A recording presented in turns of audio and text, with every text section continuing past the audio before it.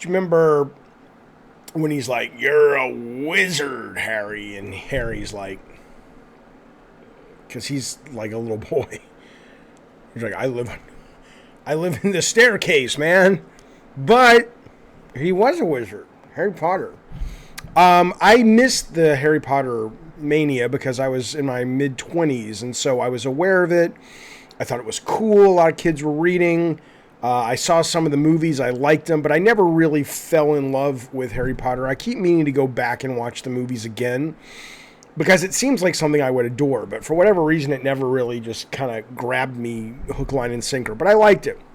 And as I'm sure you know, last week on a State of Play / PlayStation Showcase, PlayStation showed 14 minutes along with Warner Brothers Interactive and Avalanche Studios, and I think the group that's responsible for all the Harry Potter titles now, the Wizarding World titles now, whatever they're called, Pocket Key, something Key, Potter Key. They showed 14 minutes of gameplay from Hogwarts Legacy, and overall the impressions from the internet have been pretty fucking good. It came out last night that it's going to be a $70 title, which is obviously we're used to that with Sony first party. We haven't seen all of the other third-party publishers or all of the third-party publishers jump on board. In this case, they seem to be. There will be no microtransactions. It will be single-player only. And it looks pretty good. But one of the things that got me thinking was that it's one of those things that if you separate the brand from the product, you kind of potentially see something different, okay? My preface is I'm not beating up on Hogwarts Legacy. I plan on getting it day one. I have some issues, of course, with J.K. Rowling, but I still have no problem consuming this particular piece of media that was built on the bones of or a lot of the stuff that she did. So I'll be getting it. I'll wait for reviews, but it seems like something I would want to play. I call it kind of a hot chocolate game or a grilled cheese sandwich game.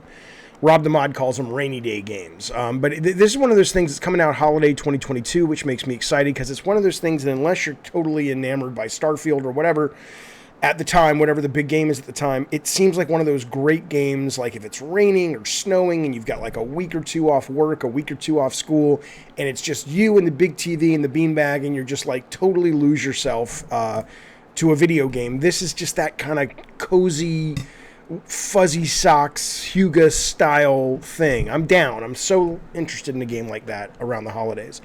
But if you separate it from the brand, it feels like it potentially is a lot less than it really potentially is. That makes no sense what I just said. The point is, remember that Phoenix Rising game from Ubisoft, the Immortals Phoenix Rising? This kind of feels like that with wizard stuff, if you take away Harry Potter, right? The combat looks okay, especially now in light of Ghostwire Tokyo reviews dropping today and everyone saying the world is great, it's a really cool art style, but boy, the combat is just kind of mushy and unexciting and unsatisfying. I think a lot of that is if you don't give me a direct melee weapon or you don't give me a direct projectile weapon, it feels that it's hard to do magic. It's hard to do magic in video games because it doesn't feel that good. It doesn't, I'm not saying certain people haven't cracked it, but if you watch the footage, I should probably put some footage up for you if you haven't seen this. It's all over the internet. But if you watch the footage of the combat specifically, it's kind of cool, but it's soft. It feels a little kind of mushy, and it doesn't help that your weapon is a little wand. I get it. I get the story, and the wand chooses the wizard and all that shit. But ultimately, it's a little wand. There's nothing about it that screams, aggressive and powerful. And I know. I see some of the moves and stuff they're doing are pretty fucking cool. But those feel to me like when we were doing press for God of War 1, I would continuously show Kratos uppercutting a guy into the air, pulling out Medusa's head, freezing him in the air, and letting him drop to the ground. And sometimes the press would be like, ooh. That doesn't reflect most of your combat. So a lot of the cool stuff they're showing here is probably stuff, you can do and you will do from time to time, but probably, most gamers take the quickest route to victory, and it's probably not doing all these really kind of sexy, cool, funky, almost semi-scripted scenarios with your magic. You're probably just going to be like zap, zap, zap, zap, and charge and zap and all that shit. So the combat looks okay. The overall big world is cool, but in light of Elden Ring now, I don't know. Now, again, not everybody's going to play Elden Ring. I don't know who this game is for in terms of difficulty, and I'm not saying every game or any game should copy Elden Ring. But I think when you've seen Elden Ring kind of, evolve or revolve, depending on your point of view, the open world formula, this kind of feels like we're heading back into Ubisoft land. And in that it feels kind of like, I don't know if I want to go backwards now. But again, maybe this is this is a tough one because, yes, Harry Potter's for everyone, right? But in terms of tuning the difficulty, how are they tuning this? Is this for adults that grew up with Harry Potter and now they're, make their own money and this is more of a game? Is this for kids? Is it trying to be for everyone, like a Mario game where you can play through it and it's relatively easy, but if you really want to master it all, it's fucking tough as shit? I don't know. But, so there's a lot about, oh my God, the flying. You got to show the flying. I get you got to show the flying, but boy, the flying looks terrible. Look at this. It looks like, you would expect to see, you want to see, and this isn't like, I know the game's early, but they're choosing what footage to show, so you'd think they could be like, all right, let's cheat a little bit because we know what it's going to look like. But look, and this is Avalanche. Avalanche does flying well in the Just Cause games. They know what they're doing. This will be fine. But it's just weird. Look how crap this looks. Like the physics of the broom. The coat's not billowing. There's no sort of bob to the guy in the air. It feels like it's almost like pre-alpha. It's like the coder came in over the week and he's like, guys, I got flying up. It's early, but at least it works. That's what that feels like. But I think it's cool they have flying. So I'm not, I know it sounds like I'm being critical of it. I think if you do separate the brand, it's okay, right? It looks really nice. But when you put the brand to it, and again, I'm a believer in the power of brand. I enjoyed Marvel's Avengers from Square, even though it was not a very good game, because of the brand. I finished Lego Indiana Jones Adventure Part 2 because of the brand. It was one of the most average Lego games I've ever played. I literally spent $100 last week to buy the WWE 2K22 game 3 days early. And that game is good. It's fun.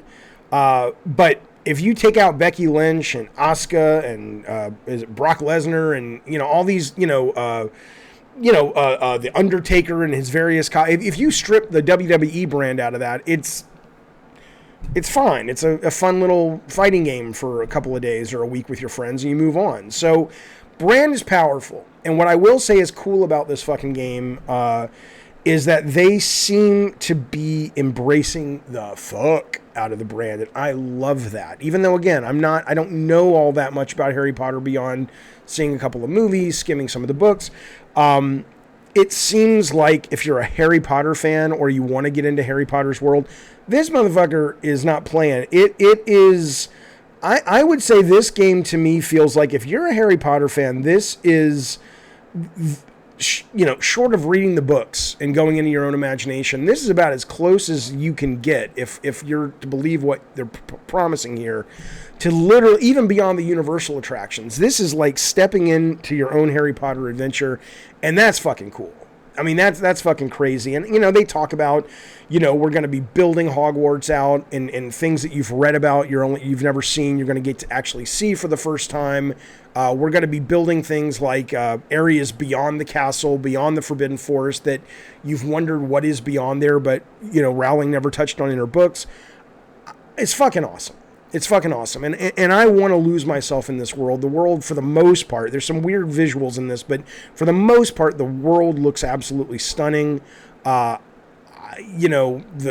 lore that you're going to get to uncover, you get to make your own spells, you get to make your own little house, all this shit. So look at that. It's fucking awesome. That's fucking awesome.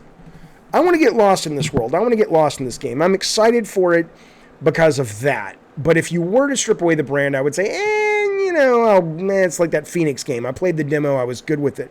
Even though I know it's a good game and I enjoy what I played, I've played this kind of game over and over and over. So the brand, to me, really saves it. And their passion and dedication and execution of the brand, I think really saves it for me and makes it a very exciting proposition. I think it's going to do really fucking well, and I'm excited for it. I do wonder, I'm glad there's no microtransactions. I wonder if Sony's going to get some exclusive stuff to this beyond just putting it in their State of Play first, because this is going to be all over the place. Certainly it would be, there were some rumors before last week's State of Play that it was going to be a Spartacus launch day game, but then again, given that Sony says pretty much nothing, which they don't have to right now about Spartacus, everyone's left to their own vivid imaginations of what it will be and what it will have. So who knows if any of that's true, but that would be certainly cool. But yeah, this is Harry Potter. No, it's not. It is, but no, it's not. But it is. I'm sure people will make Harry Potter in the customization thing. I will say the enemies don't look great. I have been very spoiled by Elden Ring. The enemy conceptual design, but let's step back from that because hey, they've been designed in the books and the movies. There are expectations, but just the execution of the enemies. This is a cutscene, but that looks pretty great. And don't fucking tell me, by the way, don't fucking tell me that the goblins are not meant to be tropes on Jews, because my grandfather was Jewish, my dad was Jewish, and other than the ears and the teeth, that looks like. Let me show you this. That's my dad. Let me show you. Let me bring up his obituary because that's the only picture I got of him that I can just bring up fast. Ralph Jaffe was my dad's name. One of the best people I ever met in my life. What a sweet human being. I love that guy so goddamn much. And I miss him. But I want to show you my dad, and you're going to be like, oh, shit. Birmingham, Alabama. Here he is. Mr. Ralph Rocky Perry Jaffe. Obituary. A sweet daddy. Here's my dad. Check it out. There's the goblin guy, and there's my dad. I'm not saying it's a dead ringer, but if you get rid of the ears and if you get rid of the teeth, come on now. So, and then they're all into the money, the goblins. They handle the banks. Come on now. It may not be conscious, but don't be a fucking moron. But that said, do what you want to do with that. But I'm excited for the game. But the point is, the monsters. Let's go back to the monsters, Jaffe. Let's get on your. I did take my Concerta this morning, my ADD meds, but they haven't kicked in yet.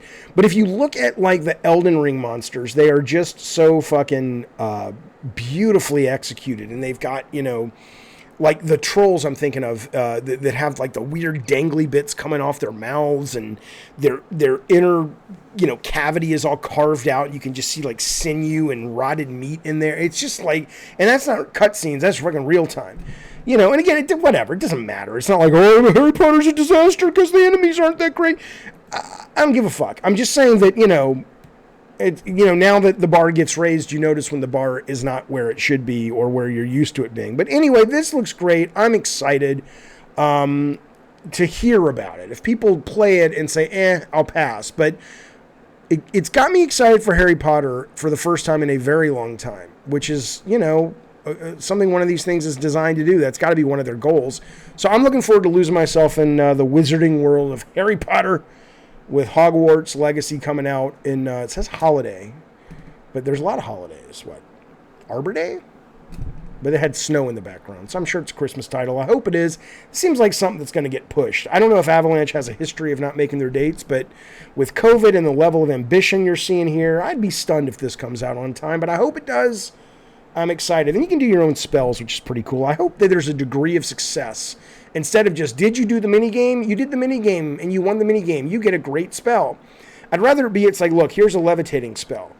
And you can fail the minigame, or you can have degrees of success. But the degrees of success in the minigame will determine the quality of that spell. So your amount of time levitating, or the power of your weapon, or the power of your heal, or whatever, the amount of time you can take control of an enemy and control them, all of that is based on how good you were at doing the actual spell creation. I would love to see a little bit more nuance to these fucking minigames. But anyway, Harry Potter, hope you're well. I'll see you later on. Be safe, have a smoke of the pipe, that's for you. I love you with all my heart and soul. I want to make a baby with you. Let's call him James. Goodbye. You're a wizard. All right.